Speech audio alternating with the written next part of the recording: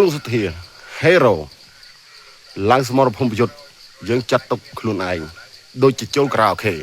ដើម្បីលើកទឹកចិត្តខ្លួនឯងថាខ្លួនឯងកំពុងតែសប្បាយនឹងអ្វីមិនមែនជាក្របផ្លោងឬក៏ក្របសេវ2យើងចាត់ទុកខ្លួនយើងជាកូនសិស្សសាលាដែលកំពុងតែប្រឡងប្រណាំងយកគោលដៅនិងចំណេះដឹងល្អៗជូនពុកម្ដាយនិងប្រជាពលរដ្ឋទូទៅ3បើសិនជាយើងស្លាប់ថ្ងៃនេះមិនស្លាប់នៅថ្ងៃស្អែកមោទនភាពយើងនឹងបានមកតាមក្រោយដោយឯងឯងអរគុណជួយលើកទឹកចិត្តខេមរៈភូមិន្ទកងកម្លាំងការពារជាតិដកដាច់ខាតការពារដែនដីខ្មែររស់បវរទឹកដីចំការស្រែ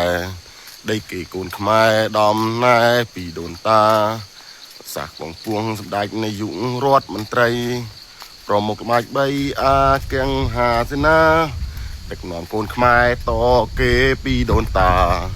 រុងរឿងថ្លៃថ្លាអង្ចាលើសកលជយោសម្ដេចដេជោហ៊ុនសែនអភិវឌ្ឍព្រំដែនលូតលាស់ក្រមវិស័យចាក់ខុងទាំង4ពិតជាមានអត្ថន័យខ្លឹមសារប្រពៃ20ឆ្នាំតទៅមុខដាច់បណ្ឌិតគិតគូទុកប្រជាខិតខំនេះមនីចុងដល់ដែនមូលដ្ឋានចែកជូនអំណោយជន់ទូរគុតគ្រប់ប្រាន